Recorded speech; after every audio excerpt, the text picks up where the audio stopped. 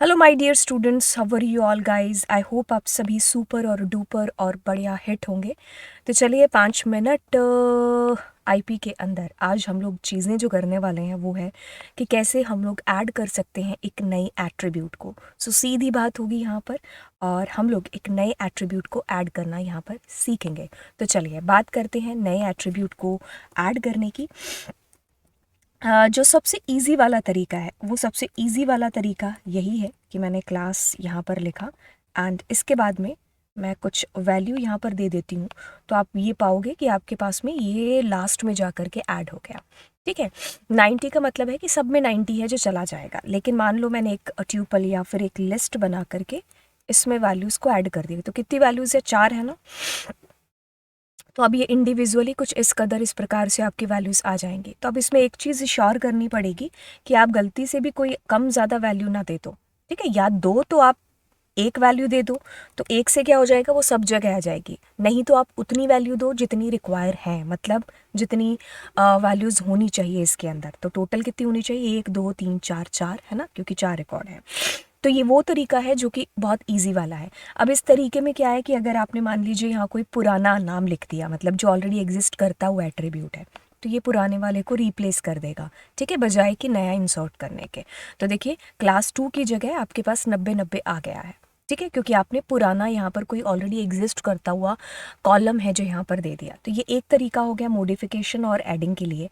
दूसरे तरीके की तरफ बढ़ेंगे तो दूसरा तरीका आपके पास में आता है यहाँ पर लॉक का और आई लॉक का, लॉक का और ऐट का। ठीक है, तो मैं यहाँ पर लॉक करती हूँ। देखिए अब अगर मैं इसको इस तरीके से करूँगी तो ये मेरे को एक नया कॉलम करने की बजाय एक नई रो ऐड कर देगा। ठीक है, क्योंकि इसमें बाय डिफ़ॉल्ट ये रो के लिए काम करता है। तो अगर कॉलम की बात करोगे तो हम कुछ इस प्रकार से जो है कॉलन और कॉमा लिखेंगे। तो इस कॉलन का मतलब है कि सारी रो एंड ये वाला एक नया कॉलम। तो यहाँ पर आपके पास में कुछ इस तरीके से आपके पास नया कॉलम ऐड हो जाएगा। आप यूं भी कर सकते थे, कैसे?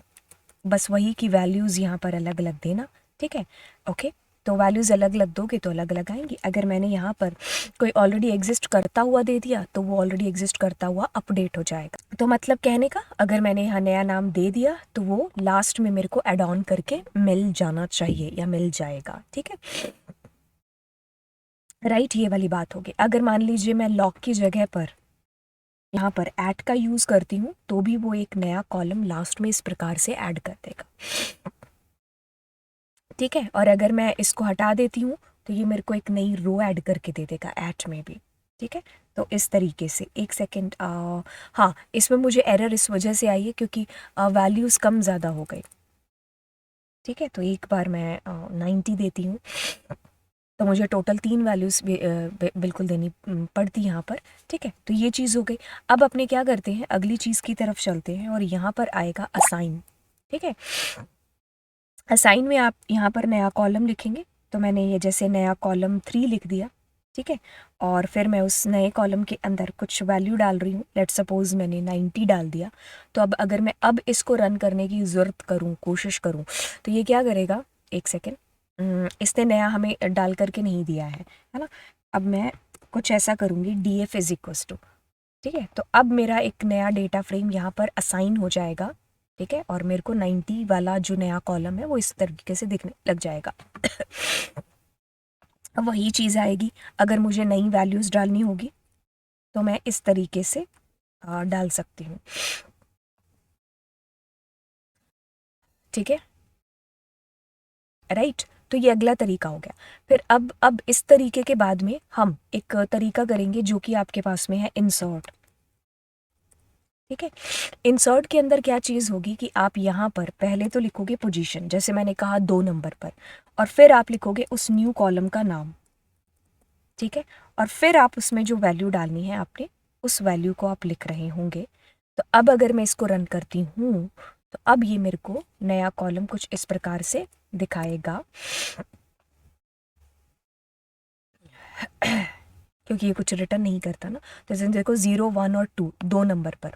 ठीक है, अब इसमें दिक्कत ये है कि अगर आपने मान लीजिए ऑलरेडी एग्जिस्ट करता हुआ लिख दिया, ठीक है, तो फिर इसको दिक्कत आ जाएगी, तब ये कहेगा कि ये ऑलरेडी एग्जिस्ट करता है, तो आपको इसमें एरर दे देगा।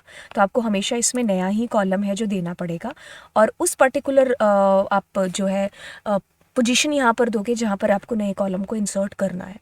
ठीक है, तो आप वैल्यूज़ अलग अलग इंडिविजुअल दोगे तो वो इंडिविजुअल वैल्यू आ जाएगी, एक सिंगल वैल्यू दोगे तो वो एक सिंगल वैल्यू आपकी आ जाएगी इसके अंदर। ठीक है, तो ये मैंने आपको कितने सारे तरीके बताए, आई थिंक हमने 5 या 6 तरीके यहाँ पर कर लिए होंगे डिस्कस। तो ये सारे तरीके हैं जो आप लोगों के कॉलम को इंसर्ट करने के हैं। ठीक है, तो ये 5 मिनट के अंदर हम लोग पूरी सीरीज़ कर रहे हैं, डिटेल में चीज़ें हम लोग ऑलरेडी कर चुके हैं। ठीक है, तो चलिए फिर bye bye and God bless you.